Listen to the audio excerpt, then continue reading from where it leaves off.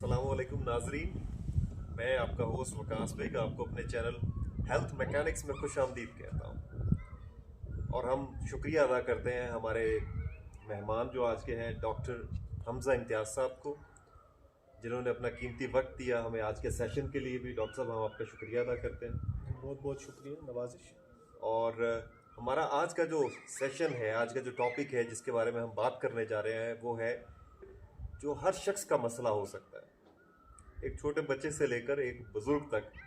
हम आज बात करने चाह रहे हैं कि फिजियोथेरेपी में कमर के दर्द से क्या मुराद है, क्या कमर के दर्द की वजूहात क्या है, कमर के दर्द का इलाज भी मुमकिन है या नहीं है।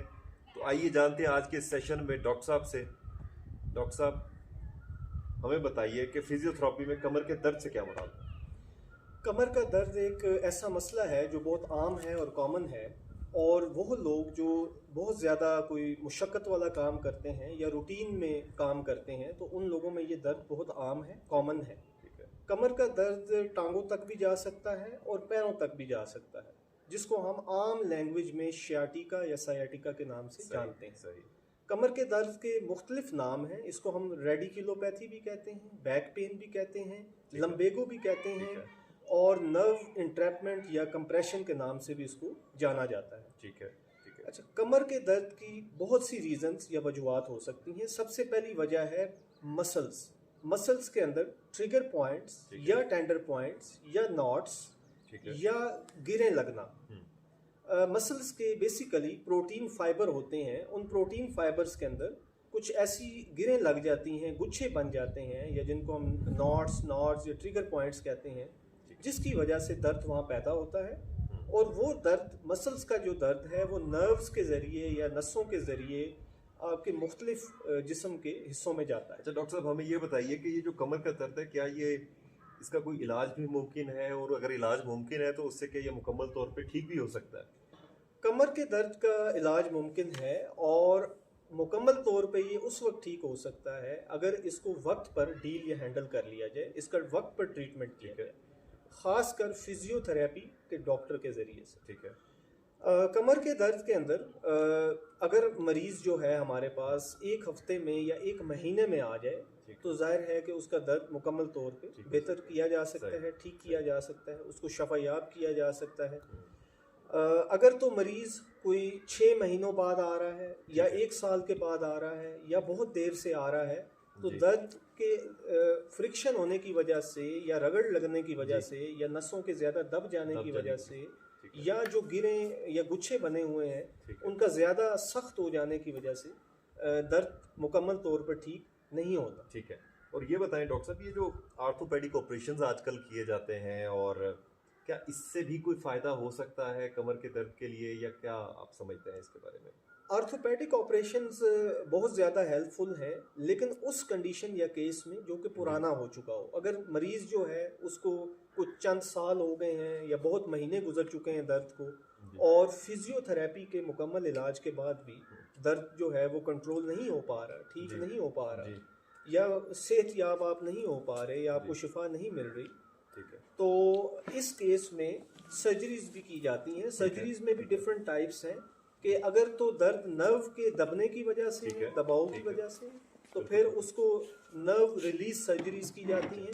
नर्व्स को रिलीज किया जाता है, ढीला किया जाता है, या नर्व्स को रिहा किया जाता है। ठीक है। अच्छा, मुझे ये बताइए, सॉरी मैं इंटरप्ट कर रहा हूँ डॉक्टर साहब, ये बताएं कि क्या कमर के दर्द के लिए कोई आलात भी इस्तेमाल करते हैं आप, इलेक्ट्रॉनिक गैजेट्स भी होते हैं जो ऑपरेशन से बचा सकते हैं किसी बंदे को, या हर सूरत में हमें ऑपरेशन की तरफ ही जाना पड़ेगा। अच्छा, नर्व के लिए आजकल डिफरेंट आलात और डिवाइसेस आ चुकी हैं, जिसके अंदर हम लोग आइंटोफोरेसिस यूनिट्स भी हैं, वो भी कुछ पेशेंट्स को सजेस्ट करते हैं। ये क्या होता है, इसके बारे में थोड़ा सा बताइएगा। अच्छा, आइंटोफोरेसिस यूनिट्स इस तरह है कि ये एक इलेक्ट्रोथेरेपी का जुज़ है, ब्रांच है, और आइंटोफोरेसिस में हम लोग जिस्म पर मेडिसिन को लगा देते हैं मरीज की। ठीक है। और जो मेडिसिन आप जिस्म पे लगाएंगे तो वो मेडिसिन जिस्म के अंदर जज्ब होती हैं। ठीक है।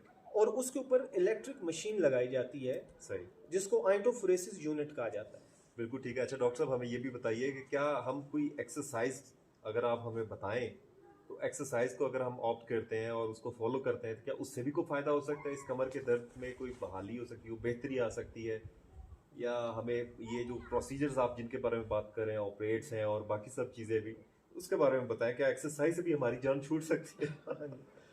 अच्छा, एक्सरसाइज का ये है कि अगर तो शुरू वाली स्टेजेस पे मरीज है, जी। फॉर एग्जांपल डिस्क बल्ज की स्टेज है ठीक है। या डिस्क लैप्स की स्टेज है, तो उसके अंदर एक्सरसाइज का फ़ायदा होता है डेफिनेटली। और नस जो है उसकी रिहाई या रिलीज या नस की जो दब है वो ख़त्म हम कर सकते हैं। ठीक है। उसके अलावा एक्सरसाइजेस में भी उसकी फ्रीक्वेंसी देखी जाती है, उसके बाउट्स देखे जाते हैं, उसकी रिपीटिशंस देखी जाती हैं और एक्सरसाइज का स्टाइल और एंगल देखा जाता है।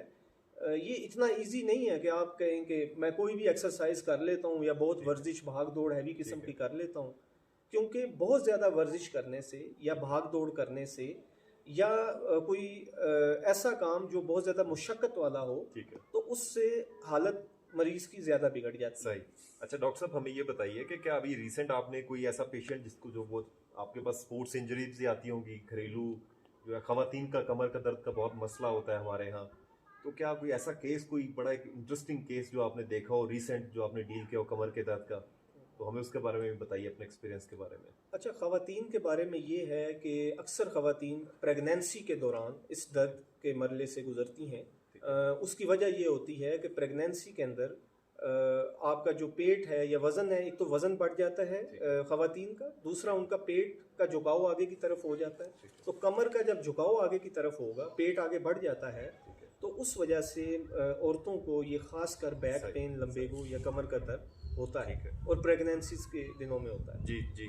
प्रेगनेंसी के बाद भी बहुत सी औरतें हैं जिनको इस दर्द का सामना करना पड़ता है, और अगर आपको कोई अच्छा फिजियोथेरेपी का डॉक्टर मिल जाए तो वो कुछ एक्सरसाइजेज या उसके अलावा थेराप्यूटिक अल्ट्रासाउंड, आजकल लेज़र आ चुका है, लेज़र यूज़ करते हैं।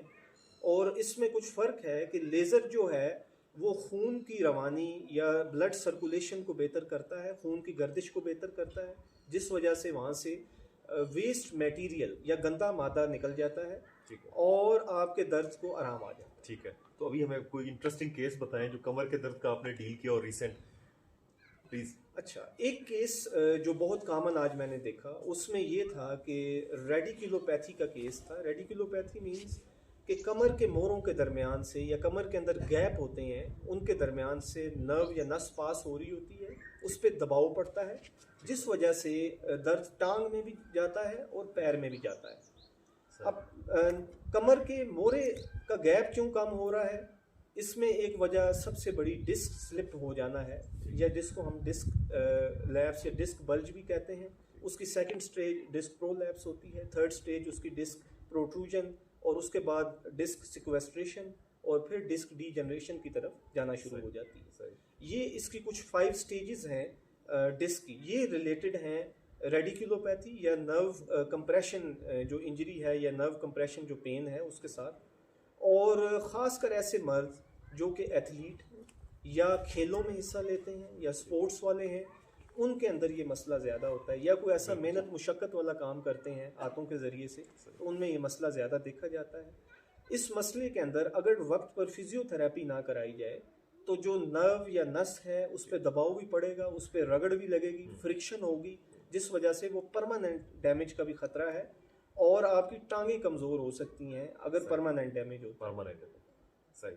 बहरहाल डॉक्टर साहब, आपका बहुत शुक्रिया। आज का जो सेशन था ये हमने कंडक्ट किया था खासकर जो आम रोज़मर्रा ज़िंदगी में जो कमर का दर्द हमारे यहाँ एक आम मसला है, ख़वातीन का, स्पोर्ट्समैन का, और मर्दों में भी ये चीज़ पाई जा सकती है जो हैवी वर्क्स करते हैं।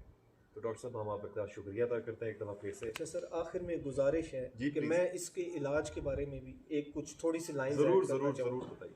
अच्छा, कमर के दर्द के लिए लेज़र आजकल यूज़ हो रहा है, जैसे कि मैंने पहले बताया कि ब्लड सर्कुलेशन को बेहतर करना, खून की गर्दिश को बेहतर करना, और वहाँ पर जो वेस्ट मटेरियल या गंदा मादा है या फजूल मादा है उसका निकलना।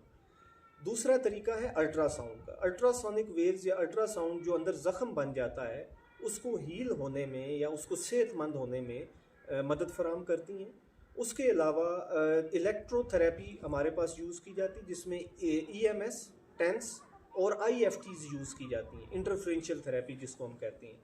अच्छा, इलेक्ट्रोथेरेपी या इलेक्ट्रिक करंट्स ये करते हैं कि एक तो वो ब्लड सर्कुलेशन को या खून की गर्दिश को बेहतर कर रहे हैं, दूसरा वहाँ पर नर्व जो दब चुकी है या फंस चुकी है, नर्व को रिलीज़ कर रहे हैं या नर्व की रिहाई कर रहे हैं।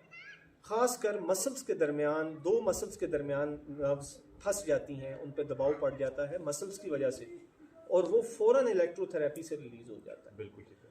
इसके अलावा इलेक्ट्रोथेरेपी जो है वहाँ पर मसल्स के अंदर ऑक्सीजन का ज़्यादा पहुँचना, वो भी इलेक्ट्रोथेरेपी से होता है। और उसके अलावा ऐसे केमिकल जो कि दर्द पैदा कर रहे हैं वो भी वहाँ से अपनी जगह से निकल जाते हैं। तो ये बहुत सी मैकेनिज़म्स हैं, डिफरेंट तरीका इलाज के डिफरेंट मैकेनिज़म्स हैं जो कि आपके दर्द को कम करने में, मसल्स को उनकी स्ट्रेंथ को बढ़ाने में, सेहतयाब करने में मदद फराहम करती है। डॉक्टर साहब बहुत शुक्रिया, जितनी तफसील से डॉक्टर साहब ने हमें तरीका इलाज बता रहे थे। मेरा तो ख्याल है कि हर एक तरीका इलाज में 1 घंटों बात की जा सकती है, लेकिन क्योंकि ये मुख्तसर सेशन हम कंडक्ट करते हैं जिसमें लोगों की आगाही के हवाले से काम किया जा रहा है, तो डॉक्टर साहब हम आपके बहुत बहुत शुक्रगुजार हैं। आप हमें वक्त देते हैं हमें इस सेशंस में, और हमारा जो खासकर चैनल है जो उसका नाम है कि हेल्थ मैकेनिक्स, वो उसको प्रमोट करने के लिए आप जो अपना वक्त दे रहे हैं हम आपके शुक्रगुजार हैं। तो सामाइन इंशाल्लाह नाज़रीन, हम अगले प्रोग्राम में किसी और ऐसे डिजीज़ के बारे में, किसी और ऐसे जो हमारा रोज़मर्रा ज़िंदगी का इशू होगा, मसल्स, बोन्स और बॉडी के बारे में, उसके बारे में बात करेंगे। तब तक आपका मेज़बान आपको खुदा हाफिज़ कहता है। अपना बहुत ख्याल रखिए, खैरियत से रहें, जहाँ रहें आबाद रहें। अल्लाह हाफ़िज़।